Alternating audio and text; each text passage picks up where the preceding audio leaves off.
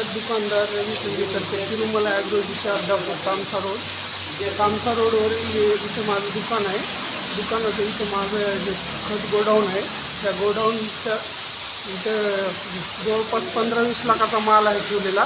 आणि समोरच इथं या देसाई कॉम्प्लेक्सच्या समोर जे नाली जाते नगरपंचायतची, त्या नालीमध्ये ब्लॉकेज झाल्यामुळे सर्व पाणी खाली आलं आहे आणि पूर्ण गोडाऊनमध्ये पाणी पसरल्यामुळे जवळपास 7 ते 8 लाखाचं नुकसान झालं आहे माझं. या नुकसान भरपाई मागे नगरपंचायतचंच असल्यामुळं, या नालीमुळं नुकसान झाल्यामुळं त्यांना ही भरपाई करून द्यावी.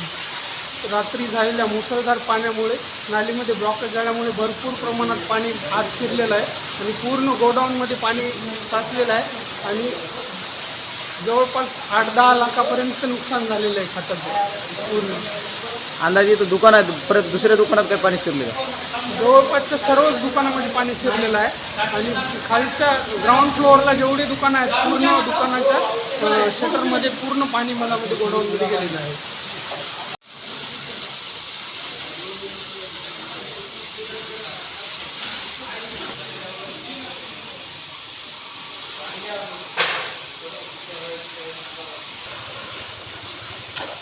आत्ता येऊन साफ केली त्याने, लई फुल भरलं होते. आता बाहेर उडा काढला